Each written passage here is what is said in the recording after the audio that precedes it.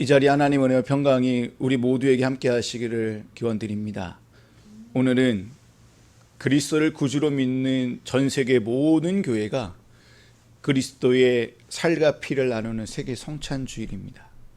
오늘 드려진 성찬을 통하여 먼저 우리가 하나됨을 확인하고, 또 그리스도를 믿는 세계 모든 교회가 그리스도 안에서 한 형제 자매임을 고백하는 시간이 세계 성찬주일입니다. 우리가 아는 것처럼 성찬의 기원은 예수님이 십자가 지시기 바로 직전에 제자들과 나눈 마지막 식사에서 기원하고 있습니다.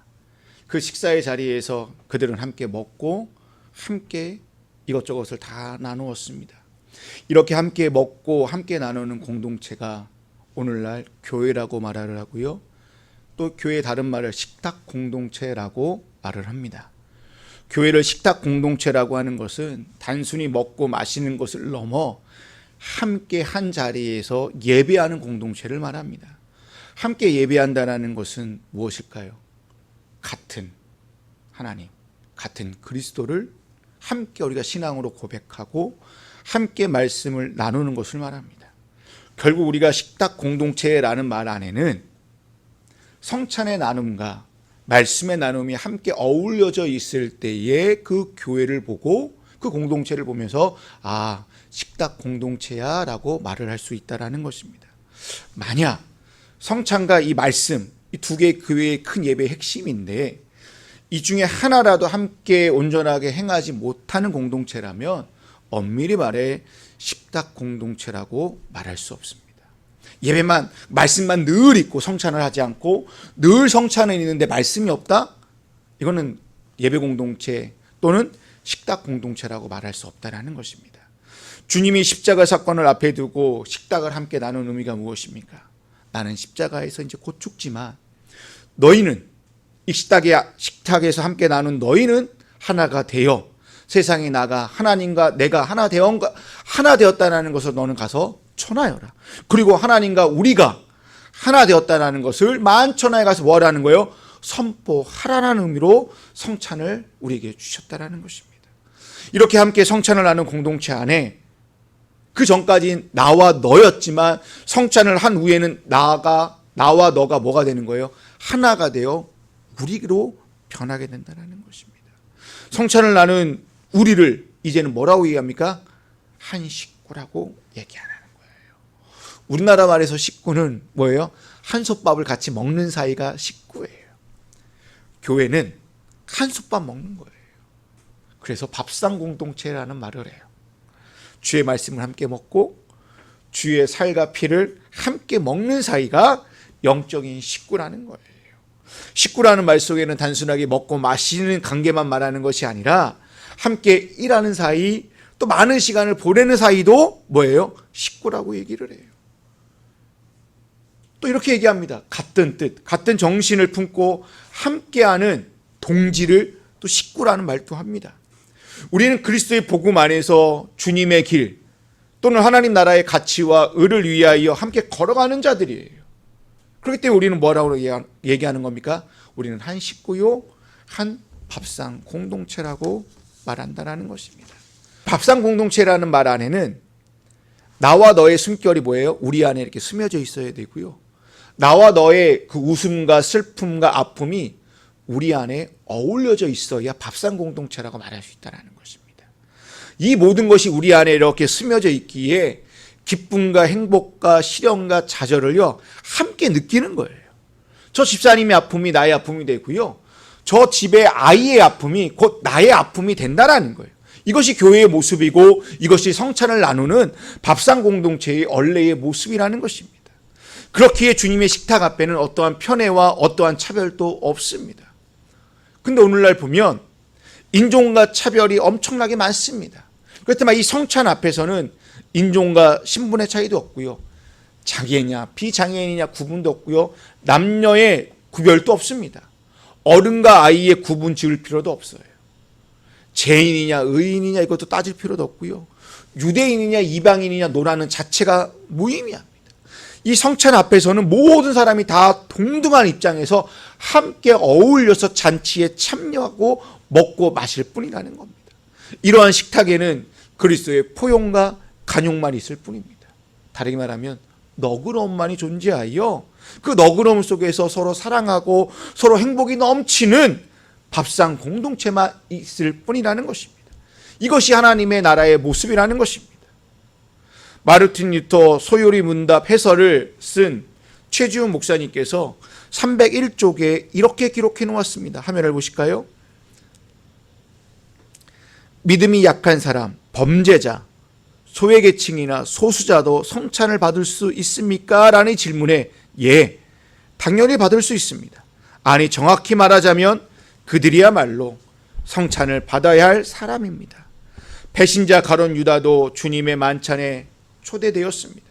이 식탁은 누구에게나 열려있는 차별이 없습니다. 게다가 스스로 성찬을 받을 만한 자격이 없다고 생각하는 사람이야말로 성찬에 가장 합당한 사람입니다. 하나님의 은총을 갈급히 구하는 자에게 주님은 배불리 먹여주시고 그들의 믿음을 어떻게 해준대요? 강하게 만들어 주신다라고 얘기하고 있습니다. 이처럼 주님의 식탁은요, 뭐예요? 아무런 조건과 자격이 필요 없어요. 차별과 편애도 필요 없습니다. 모든 사람에게 그냥 오픈되어져 있는 그냥 식탁이라는 것입니다. 오늘 본문 말씀 역시 모든 사람에게 열려있는 식탁으로 해서 비롯되어져 있습니다. 예수님께서 세리와 죄인들과 함께 식탁 공동체를 나누고 있습니다. 오늘날 예수님께서 길을 가시다가 세간에 앉아있는 마태를 보셨습니다. 그 마태에게 이렇게 얘기합니다. 나를 따르라 라고 하니 마태가 그 즉시 일어나 예수님을 따라갔습니다. 여러분, 세리예요.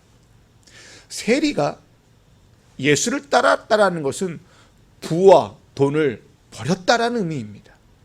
예나 지금이나 돈을 어찌 보면 절대 권력이고 절대적인 힘인데 그것을 버릴 수 있을까요?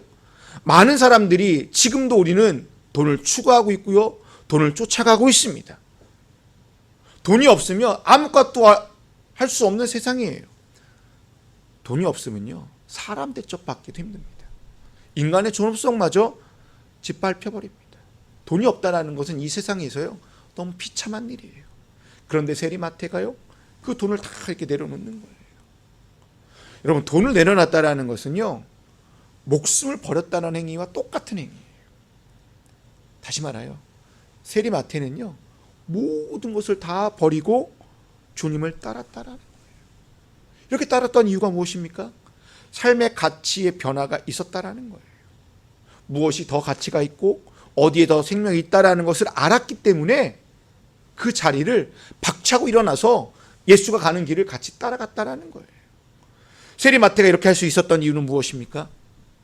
그동안 만났던 모든 사람들은 자기를 색안경 끼고 에휴, 저 죄인, 저 세일, 저 나쁜 놈, 저 사기꾼이라고 이렇게 손가락 쳐냈지만 예수는요, 아무런 색안경 없이요, 그냥 한 사람으로 있는 그대로 그를 받아 주었기 때문에 그렇게 할 수 있었다라는 거예요. 여기까지 보면 제자 부르심의 장면이에요. 근데 그 다음 장면이 예수님은 이제 제자가 된 마태의 집에 초대를 받아 갑니다. 그 집에 들어가서 모르겠습니다. 마태가 초대했는지 모르겠는데 많은 세리와 많은 죄인들이 함께 뭐예요? 식탁 공동체를 이루면서 함께 먹고 마시는 장면이 나옵니다. 그 모습에 바리새인들은 매우 언짢아했습니다. 이게 11절에 있는 말씀입니다. 바리새파 사람들이 이것을 보고 예수의 제자들에게 말하였다. 어찌하여 당신네 선생은 세리와 죄인과 어울려서 음식을 드시오라고 얘기하고 있습니다. 같은 사건을 기록하고 있는 누가복음 5장에서는요, 뭐라고 얘기하냐면 비방하였다라고 기록하고 있습니다. 바리새인들이요, 예수님의 모습을 뭐하고요? 비방하였대요. 여러분, 그 당시 바리새인뿐만 아니라 대부분의 유대인들 역시 그 장면을 목격했다면 충분히 비방하고 언짢아했을 거예요. 그 당시 세리는요, 미움과 멸시의 대상이었어요. 창녀와 이방인같이 인간 쓰레기처럼 취급하였습니다. 아무리 자기가 부와 명예가 있어도요, 그 유대 사회 안에 고위층 사이에 들어갈 수 없었습니다. 그리고요, 법적인 증인도요, 자기가 쓸 수 없어요. 아무런 법적인 보호 조치도 받을 수 없었어요. 세리는요, 해당에서 출교의 대상자였어요. 근데 세리만 그런 게 아니라 세리의 가족들 역시 그러한 대우를 받았다라는 것입니다. 근데요, 예수님은요, 그런 세리인 마태에게 아무런 오해와 편견 없이요, 그냥 하나님이 창조한 그 형상으로 그를 아무런 이유 없이 그렇게 대해 주셨다라는 겁니다. 이런 세리 마태가요, 세리 마태가 마가와 누가복음을 보니까 뭐라고 얘기하고 있냐면 알페오의 아들 네이라고 이름을 소개하고 있습니다.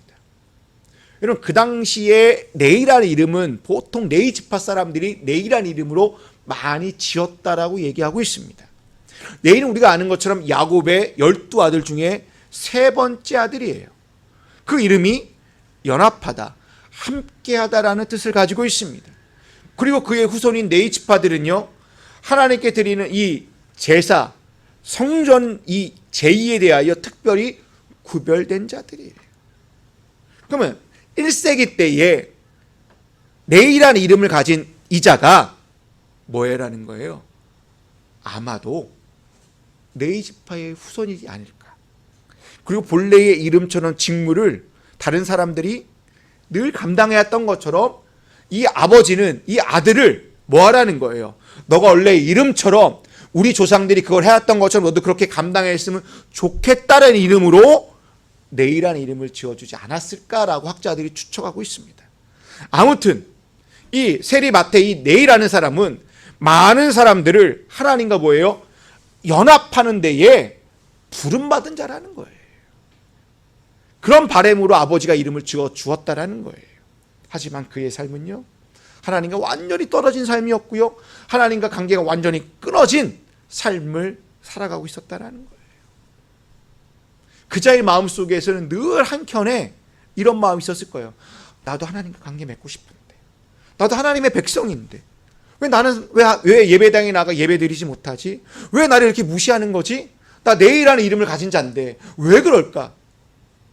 늘 마음 한켠에 있었는데 어느 날 자기에게 나를 따르라는 선생을 만나게 되면서 그의 삶이 180도 바뀌게 되었고, 그가 예수님과 어울려져서 함께 식탁에서 먹고 마시는 관계가 되었다라는 거예요. 여러분, 예수님이 볼 때 세리 마태는요, 죄인이 아니었습니다. 멸시와 증오의 대상이 아니었습니다. 그저 병들고 아픈 사람이었습니다. 영혼이 아파서 신음하고 있는 그저 불쌍한 영혼이에요. 그렇기 때문에 12절에서 예수님은 이렇게 말씀하고 있습니다. 건강한 사람에게는 의사가 필요하지 않으나 병든 사람에게는 필요하다라고 얘기하고 있어요. 여기서 병든 사람이 누구입니까? 세리 마태를 얘기할 거예요. 지금 예수님과 함께 식탁에 앉아있는 세리들, 죄인들이 지금 아픈 자들이라는 거예요. 그리고 이 자리에 예배드리고 있는 저와 여러분이 병든 자라는 겁니다. 그들에게 필요한 건 무엇입니까? 의사예요. 나를 돌봐줄 사람이 필요하다라는 거예요. 근데 지금 예수님은 한 영혼을 회복시켜 주어서 자신의 존재가 얼마나 소중한지를 일깨워주고 있다라는 거예요. 그 자리에 많은 세리와 죄인들 역시 예수님은 정죄하지 않았어요. 그저 병들고 아픈 자로 대해 주었다라는 거예요. 그래서 그들과 함께 뭐 할 수 있었어요? 아무런 거리낌 없이요, 식탁에 앉아서요 먹고 마실 수 있었다라는 거예요. 주님의 식탁의 나눔을 통하여 세리 마태가 뭐 하게 됐습니까? 네이라는 원래의 이름으로 회복되어 연합하는 자가 되었고요, 함께하는 자가 되었습니다. 그 자는 앞으로 제자의 삶으로 살아가서 주님과 다른 사람들을 연합하도록, 주님과 함께하도록 세워지는 자로 부름받게 되었다는 것입니다. 이것이 오늘 우리가 나누는 성찬의 의미입니다. 여러분, 한번 상상해 보세요. 2000년 전 예수님과 마태의 그 집에 내가 있다라고 한번 생각해 보십시오. 내 주변에는 세리가 있고요, 내 주변에는 죄인들이 있습니다. 그 죄인들이, 여러분, 우리가 말하는 죄인이 아니에요. 율법적인 죄를 진 자들을 죄인이라고 그 당시에는 얘기하고 있습니다. 아무런 편견과 차별 없이 서로가 하나 되어 지금 마음껏 먹고 마시는 자리에 내가 초대되어 있다고 한번 생각해 보십시오. 그 자리는 어떤 자리일까요? 축제의장이 아닐까요? 그동안 온갖 자기네들이 살면서 상처와 서러움과 아픔이 있었는데 그 자리에 나갔더니 어떻게 되는 겁니까? 치유의 회복이 일어나는 뭐예요? 그런 현장이 일어나는 겁니다. 그러면서 사람들은 예수님과 함께 어울리면서 예수님의 숨결을 느꼈을 거예요. 예수님의 말씀을 들으면서 자연스럽게 마음이 열리니까 내 안에 치유가 일어나게 되고요, 자유와 기쁨을 누리는 행복한 식탁 공동체를 이루게 되었다는 거예요. 여러분, 그곳에 무엇만 있을까요? 사랑만 있어요. 어떠한 대립과 갈등이 없고요, 그 사람의 신분이 무엇이냐, 죄인이냐 의인이냐 아무것도 없어요. 그냥 하나 되어 아름다운 하나님의 모습을, 하나님의 나라의 모습을 이루는 공동체의 모습을 지금 그들은 이루고 있었다라는 거예요. 오늘 우리도 이런 모습을 만들어 가야 됩니다. 아무런 편견과 차별 없이 함께 어울릴 수 있어야 돼요. 신앙 안에서는 어떠한 대립과 갈등이 일어나서는 안 됩니다. 주님은 이 모든 것을 허무시기 위하여 이 땅에 내려오셨고요, 마침내 십자가의 지심으로, 십자가의 죽으심으로 모든 것이 다 허물어져서 십자가 아래서 뭐가 되었습니까? 하나가 되게 하셨다라는 거예요. 사도 바울은 이 같은 사실을 에베소 교인들에게 이렇게 말씀해 주고 있습니다. 에베소서 2장에 있는 말씀입니다. 화면을 보실까요? 그리스도는 우리의 평화이십니다. 그리스도께서는 유대 사람과 이방 사람이 양쪽으로 갈라져 있는 것을 하나로 만드신 분이십니다. 그분은 유대 사람과 이방 사람 사이를 가르는 담을 자기 몸으로 허무셔서 원수된 것을 없애시고 여러 가지 조항으로 된 계명의 율법을 폐하셨습니다. 그분은 이 둘을 자기 안에서 하나의 새 사람으로 만들어서 평화를 이루시고 원수된 것 십자가로 소멸하시고 이 둘을 어떻게 하셨대요? 한 몸으로 만드셔서 하나님과 화목하게 화평하게 화해시켜 주셨다라고 사도 바울은 편지에 기록하고 있었다라는 것입니다. 그런데요, 우리 사회를 한번 보십시오. 여전히 우리 사회 안에는 제2, 제3의 세리 마태와 같이 취급당하는 자들이 너무나 많이 있다는 거예요. 우리 사회 안에 심각할 정도로 이들을요 혐오하고요, 차별하고 멸시하고 있다는 거예요. 그래서요, 어디 가서 하소연도 하지 못하는 마태와 네이들이 너무나 많이 있다는 겁니다. 남성과 여성들이요 서로 혐오해요. 이주 노동자들요, 우리는 사람 이하로 취급하고 있고요, 특히 동남아 여성들 사이에 태어난 아이들을요 왕따시키는데요 우리 자녀들이 앞장서 있어요. 그리고 정치적 색깔이 다르다는 이유만으로, 서로 다른 이념과 가치들이 지녔다는 이유만으로요 이제는 서로 비방하고요 삿대질하고 있습니다. 탈북자가 우리나라 안에 약 2만 명이 넘는 숫자가, 한 3만 명 가까운 숫자가 있는데요, 그들을요 곱지 않은 시선으로요 바라보고 있어요. 일각에서는요 탈북자를요 배신자, 저들은 또 우리를 배신할 거야 라고 바라보고 있다는 거예요. 북한에 대해서는요 적대적 감정을 막 드러내고 있어요. 그뿐만 아니라 자신의 지위와 권력과 부를 이용하여 갑질과 막말을 하여 자신의 위치를 드러내려는 자들이 너무나 많이 있어요. 이것이 이 시대에 뭐예요? 혐오라는 거예요. 그 혐오를 받고 있는 자들이요 오늘 이 시대에 뭐예요? 제2, 제3의 세리 마태라는 거예요. 또한 우리 안에는 예수님을 비방하고 언짢아했던 제2, 제3의 바리새인들도 많이 있다라는 것입니다. 다른 이들에게 함부로 하고요, 정죄와 비난을 서슴없이 하고요, 혐오와 차별을 앞장서서 하는 자들이요 제2, 제3의 바리새인들이라는 것입니다. 이들이 어찌 보면요 주님께서 아까 12절에서 말씀하는 병든 자라고 저는 생각합니다. 기독교는요 어느 한쪽에 서 있는 종교가 아니에요. 다르게 말하면 교회는요 어느 한쪽만 이렇게 지지하고 응원할 수 있는 것이 아니라는 거예요. 어느 한쪽만 우리가 지향할 수 있는 것이 아니에요. 기독교는요 모든 사람에게 열려있는 종교여야 돼요. 모든 사람에게 동일하게 똑같이 사랑하고 존중하는 종교여야 됩니다. 만약 교회 안에요 차별과 혐오의 목소리가 있고요, 갈등과 대립이 있고요, 한쪽에 치우치는 설교를 한다? 그것은 온전한 교회의 모습이 아닙니다. 온전한 주의 살과 피를 나누는 식탁 공동체라고 말할 수 없습니다. 오늘 본문에서도 식탁 밖에 있는 바리새인들을 한번 생각해 보십시오. 그들은 주님과 세리와 죄인들이 함께 어울려져 있는 모습을 매우 언짢아하여 비방하였습니다. 자기네들은 스스로 건강한 자라고 생각하였고요, 의사가 필요 없다고 생각하였습니다. 왜? 나는 의인이야. 나는 참된 신앙을 가진 사람이야. 나는 하나님의 자녀라라고 자부했던 자들이에요.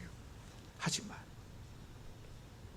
12절에서 말하고 있는 이들이 진짜 예수님이 말하는 병든 자라는 거예요. 이들은 주님의 마음을 갖지 못하고 율법에 사로잡혀 사람들을 뭐예요? 자꾸 밀어내고 있어요. 어떻게 밀어내요? 손가락질하고요, 정죄와 비판을 하면서 자꾸 밀어내고 있어요. 그 영혼이 얼마나 불쌍하고 아픈 자입니까? 우리 주변에 이런 자들이 너무나 많이 있습니다. 혹시 그런 자들이 나에게 비방하고 나를 밀어내고 하고 있다면 여러분 이렇게 하십시오. 저 사람은 아픈 사람이야. 저 사람은 참 불쌍한 자야 라고 생각해 주십시오. 그래서 그 영혼을 불쌍히 여기는 마음으로 중보해 주십시오. 그래서 그 영혼이 다시 주님의 식탁에서 세리와 죄인들과 아무런 편견 없이 어울릴 수 있도록 성찬의 자리로 여러분들 초대해 주십시오. 그것이 교회의 본분이고 오늘 우리가 나누는 성찬의 의미입니다. 오늘 우리는 세계 성찬주의를 맞이하여 주님께서 세리 마태와 함께 식탁의 나눔을 한 것처럼 오늘 이 성찬을 통하여 어떠한 차별과 편견 없이 나와 너가 하나 되어 우리라는 이름으로 거룩한 식탁에 앉고자 합니다. 그러기 위해서는 마태가 예수를 따랐던 것처럼 우리도 먼저 주님을 따름이 먼저 있어야 할 것입니다. 따르다, 따름은 여러분 행동의 언어예요. 근데 오늘 이 따름은 고백의 언어가 먼저 있어야 됩니다. 고백의 언어가 먼저 수반된 후에 고백의 행동의 언어로 내가 나가서 예수의 길을, 예수의 삶을 살아가는 제자됨으로 나아가는 것이 성찬이라는 것입니다. 여기까지는 개인적인 영역이에요. 이어서 어떻게 됩니까? 주님의 식탁에서 뭐예요? 마태가 또 세리와 죄인들이 함께 먹었습니다. 함께 먹음은 제자됨으로 공동체 안에서 확인받는 자리입니다. 그리고 서로 격려와 축복을 통해 회복하는 자리가 함께 먹음의 의미라는 것입니다. 그래서 삶 속에서 제자의 길을 걸어갈 수 있도록 미리 하나님의 나라를 함께 맛보는 자리가 바로 성찬의 자리라는 것입니다. 이 같은 사실을 오늘 본문은 명확하게 우리에게 보여주고 있고 가르쳐주고 있습니다.